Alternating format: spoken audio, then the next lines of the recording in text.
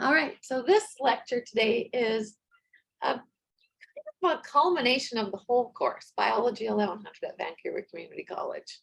So we started off looking at organismal biology, all the diversity of life on Earth, bacteria, protists, and animals. We haven't looked at plants and fungi too much, so we're going to look at plants next term. But they all fit in the tree of life. And of course, everything that's alive today is at the very end of their evolutionary lineage, just like you and I are at the end of our evolutionary lineage.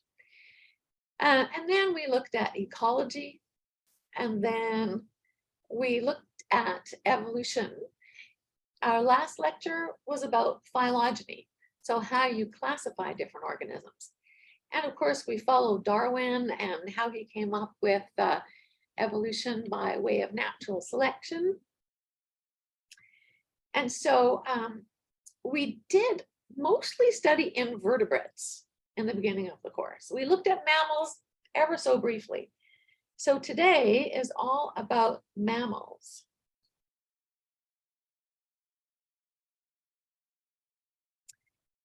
Mammals are amniotes, so they belong in the amniotes like reptiles and amphibians. They're named for this major derived character of this clade, which is the amniotic egg. So because animals evolved in the ocean and moved onto land with the advent of limbs that were underneath their body, they had to have an egg in which the embryo was suspended in water, and that's the amniotic egg. There are very specialized membranes in that egg, and they protect the embryo and provide a method of exchanging gases and nutrition also. So mammals are particular amniotes. They're separate from the amphibians and reptiles in that they have hair and they produce milk. And the class is Mammalia. And there's about 5,000 or so species in this class. So here is a hypothetical phylogeny of amniotes. I'll make this, can I make it a bit larger? Let me try. Yeah, so looking at the ones that we know, turtles, of course, back here, crocodilians, the dinosaurs, the birds that evolved from dinosaurs, tuatara, which you hardly ever hear about, the squamates, which include snakes, and mammals.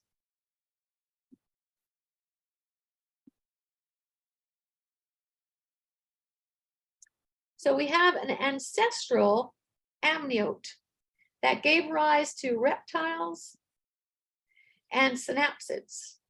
Reptiles gave rise to diapsids, they're called, you don't have to memorize all of these, archosaurs, etc., dinosaurs, the saurischians, which branched into other dinosaurs, and birds. So the synapsids led to the modern day mammals. The amniotic egg has some very important membranes in order that mammals and other animals even can live on land. Extra embryonic membranes with various functions. There's one called the allantois. The allantois is a disposal sac for metabolic waste that the embryo produces. It also functions as a respiratory organ. So these are various membranes. The chorion, it's a membrane that works along with the allantois to exchange gases between the embryo and air. It's a thin membrane across which oxygen and carbon dioxide diffuse. The amnion is a membrane that protects the embryo in a fluid-filled cavity, so that cushions the embryo. embryos used to develop in water can no longer do that. And of course, when all these cells are multiplying and dividing, they need to be suspended in a liquid. The yolk sac has yolk, which are nutrients. There are blood vessels in the yolk sac that transports nutrients from the yolk into the embryo. Other nutrients for the growing embryo are stored in the albumin, which is the egg white. So of course, birds have the same type of egg, but they have a more pronounced yolk, as do reptiles. So reptiles have scales, they have a waterproof barrier, and they lay their eggs on land. But the derived characteristics of mammals include, for example, mammary glands that produce milk. It's a very distinctively mammalian character. No reptiles produce milk. And hair is another mammalian characteristic, although it has been lost in some mammals, such as the cetaceans. Mammals generally have a larger brain than other vertebrates of the equivalent size.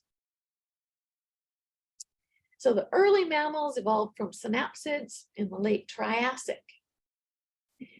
What was important in the evolution of the mammal and other vertebrates was the jaw. But it was remodeled during the evolution of mammals from non-mammalian synapsids. The two bones that formerly made the jaw joint were incorporated into the mammalian middle ear. And the mammalian middle ear is such that eventually bipedalism was possible because of balance, and the inner ear being able to evolve to contain a liquid that led to balance. Living lineages of mammals originated in the Jurassic, but they didn't undergo significant adaptive radiation until after the Cretaceous. So it was the demise of the dinosaurs that left the ecological opportunities for mammals to start to adapt, speciate, and radiate into niches that were left by the dinosaurs. So the earliest mammal would have been a monotreme. If you remember, we studied monotremes a little bit, not too much. It includes echidna. So this is an echidna. It's very spiny. And the platypus is another one. They both lay eggs. So they don't have placentas, but they're a mammal that lays eggs. So they're still quite tied to these synapsids. And then, of course, there's the platypus. And these are little platypus babies, and they're gleaning milk from the platypus mother. So the mammary glands they're distributed around the platypus's chest. And the mammary glands are modified sweat glands. That's what mammary glands are. So eventually, of course, they became more concentrated. The next evolving type of mammal was a marsupial. Possums, kangaroos, and koalas. Marsupials are born very early. Look, here's a little teeny tiny marsupial. But it makes its way into the pouch, a maternal pouch called a marsupium. And that's where it gets nutrition to grow large. This is a little brush-tailed possum. Some species of marsupials, like this one's called a bandicoot.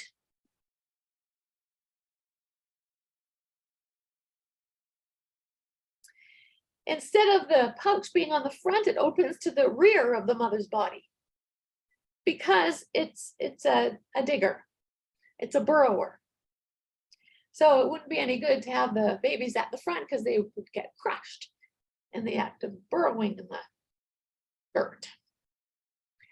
So I think we talked a little bit about convergent evolution. So marsupials you find in Australia and some in South America. Well, mammals diverged greatly after the demise of the dinosaurs because of niches that opened up elsewhere. At the same time, the continents were splitting and moving. So some lineages got stuck in one part of the world on continents like the North American continent, the Eurasian continent, and some in Africa, and some in Australia and South America. So there was, until fairly recently, South America was split from North America. But the mammals evolved in both places to suit their surrounding environment. As all these niches opened up, the air opened up, trees opened up, land opened up, grasslands, shrubs, forest. So the types of adaptations are very similar, in spite of the fact that some of them evolved over there in Australia and some of them evolved in North America and Europe, but they have very similar features, although they evolved along different lineages. So, for example, let's look at a mole. Here's a marsupial mole. Take a look at its front feet here. For some reason I can't draw on this. Front feet. Oh, it's too big. Front feet.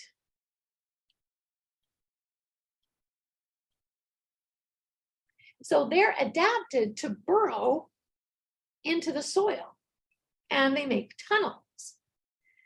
But they have a completely different lineage. The marsupial mole is a marsupial. It evolved in Australia, South America. The mole is a eutherian, or a placental mammal. So it evolved in North America and Europe.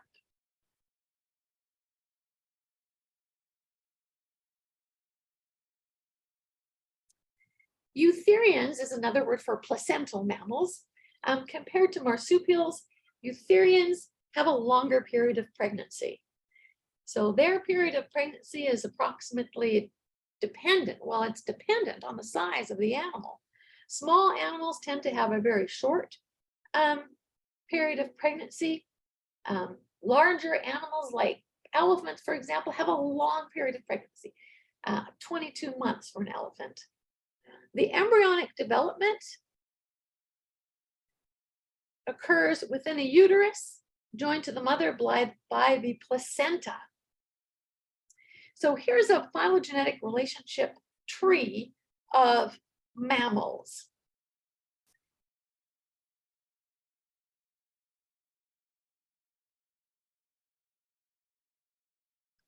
So looking at this a little bit more closely, branching off originally from an ancestral mammal down here. You have the monotremes, they're their own branch. Then you have branches to marsupials and eutherians. They branched off from a common ancestor, after which marsupials remained in their own branch.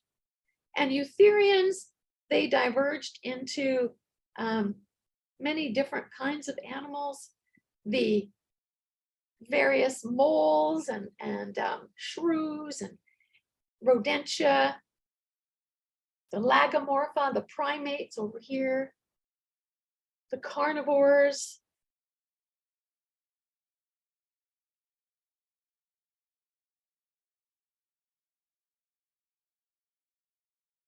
So that's a hypothetical phylogenetic relationship of mammals. It's probably pretty good, but as we saw, a lot of relationships change slightly due to the advent of being able to sequence DNA. So there may be some differences. I'm not going to look at all the eutherian orders of mammals. Instead, we're going to look only at primates.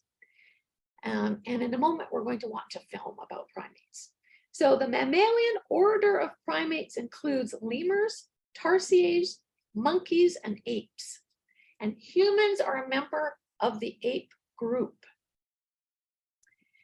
What are some of the derived characteristics of primates that separate them from other animals like the rodentia and the lagomorphs. Hands and feet adapted for grasping. Primates also have relatively a large brain compared to other mammals, shorter jaws, forward-looking eyes. They're very close together, providing depth perception, developed parental care, and quite complex social behavior, and a fully opposable thumb. So these kinds of traits led to hominids being able to use tools, for example, and other structures of the jaw, like vocal cords, allowed for the evolution of communication and complex communication. And a large brain could lead to learning and cognitive skills. There's three main groups. The prosimians are the lemurs of Madagascar and the lorises and potos of tropical Africa and southern Asia. You might recognize this one. This is one is Zabumafu. I don't know if you've ever watched Kratz Creatures, but Zabumafu figured pretty strongly in Kratz Creatures. A great kids show for ecology and animals. There's a loris, a slender loris, poto, clearly nocturnal primates. They have very large eyes. Here's a sample of tarsiers of southeastern Asia, some of which are very, very small. This one is a diet of, it looks like a gecko. The anthropoids, so this classification that I'm using will be the classification that we will keep for this class. And there are some other types of classifications, but let's stick with this one. The anthropoids include monkeys, apes, and hominids worldwide. The oldest known anthropoid fossils were found to be about 45 million years ago. That could have changed by now. There discoveries all the time. But those fossils show that tarsiers are probably more closely related to the anthropoids.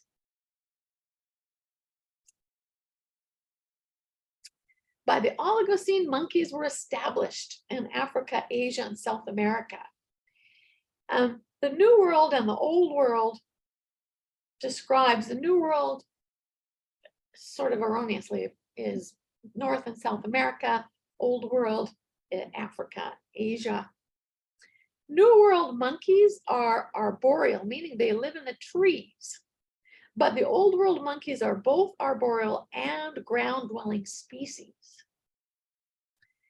They had separate adaptive radiations because they were separated for millions of years.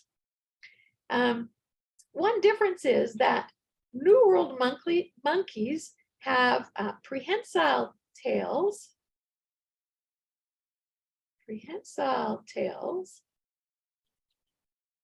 and nostrils open to the side. That's a couple of distinguishing features. Old World monkeys, no prehensile tail. Prehensile means that it can grasp onto something. And nostrils opening downward.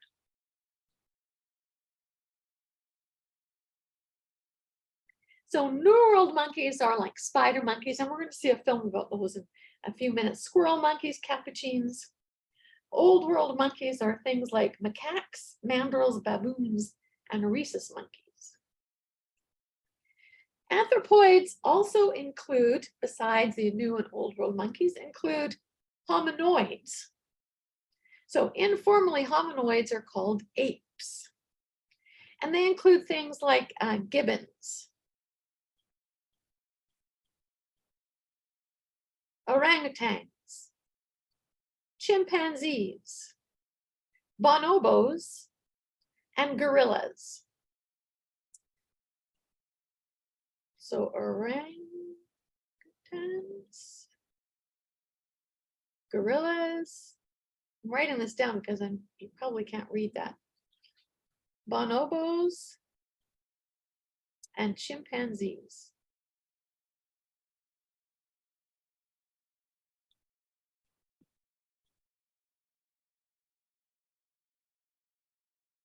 So those belong into hominoids or apes. So hominoids diverged from the old world monkeys about 20 to 25 million years ago. And humans are bipedal hominoids with a large brain. So Homo sapiens is about 160,000 years old, which is very young considering life's been on Earth for 3.5 billion years. But those numbers, they can change depending on new discoveries, which do occur at quite a high rate these days. So these are the characters that distinguish humans, also known as hominids, from other hominoids, the other apes. Upright posture and bipedal locomotion. Larger brains, language capabilities, symbolic thought. So not, how do you describe symbolic thought? Not, I don't know how to describe it at the moment. Symbolic thought. Not actual virtual things, but symbolic things that describe something you can't actually see. The use of complex tools and a shortened jaw. Those are derived characters of the hominids. The study of human origins is known as paleoanthropology. There may be 20 or more species of extinct hominoids. They're more closely related to humans than to chimpanzees. These species are known as hominids because they're more closely related to humans. But there's different genuses of hominids. So there's the Homo genus, which includes Homo sapiens, Homo neanderthalensis, Homo erectus, Homo ergaster, Homo habilis, Homo rudolfensis. So there are a few in the Homo genus. There's some in the Paranthropus genus, Australopithecus. Where are some other ones? Chianthropus, Australopithecus, we've mentioned that one already. Ardipithecus, Auroran, Sahelanthropus, and there may be other ones by this point. So hominids originated in Africa about 6 to 7 million years ago. The early hominids had a smaller brain, so you saw the skulls were quite small when we were in the lab, but they probably walked upright, exhibiting a mosaic evolution, varied. So it's important to note that our ancestors were not chimpanzees. I think a lot of people have that misnomer. That's not the case. Rather, chimpanzees and humans are two divergent branches on the hominoid tree that evolved from a common ancestor. And human evolution is not a ladder that leads to Homo sapiens. And rather, there are many branches of humans, of hominids, and some have just simply gone extinct. Several forms of humans coexisted, but some have died out. Australopiths are pre-hominids. They lived about 4 to 2 million years ago. Some of those species walked fully erect. They had human-like hands and teeth. Lucy is one of those, Australopithecus afarensis. And sometimes you don't get a nice skeleton like that. Sometimes you're getting footprints, but footprints indicate bipedalism. So that's some of the information that we have. Hominids began to walk long distances on two legs. Why? The climate became drier. There was an increasing savanna, reducing forest. There's another hypothesis. Bipedalism evolved to reach low-hanging fruit on trees. The oldest evidence of tool use, well, the evidence is generally not the tools themselves, but cut marks on animal bones that really could only have been done by tools. It's about 2.5 million years or so that tools were discovered. The earliest fossils that paleoanthropologists place in our genus, Homo, are those of the species Homo habilis, about 2.4 to 1.6 million years. Stone tools have been found with Homo habilis, which means handyman. Homo ergaster was the first fully bipedal, which is, you can tell from its skeleton, also tracks, and the shape of its inner ear and the inner ear bones. Existed maybe almost 2 million years ago or so. Whoops, sorry. Homo erectus was the first hominid to leave Africa. We're going to look at these things in a minute. Neanderthals, Homo neanderthalensis, lived in Europe about 200,000 to 30,000 years ago. They were large, thick-browed hominids, but they became extinct a few thousand years after the arrival of Homo sapiens. Homo sapiens appeared about 160,000 years ago in Africa. And the oldest fossils outside of Africa are about 50,000 years ago, which means that they migrated out of Africa. Well, the Homo sapiens species rapidly expanded throughout the world, perhaps because of changes to the brain that made symbolic thought and other cognitive innovations possible. Thank you. And now we're going to continue with a film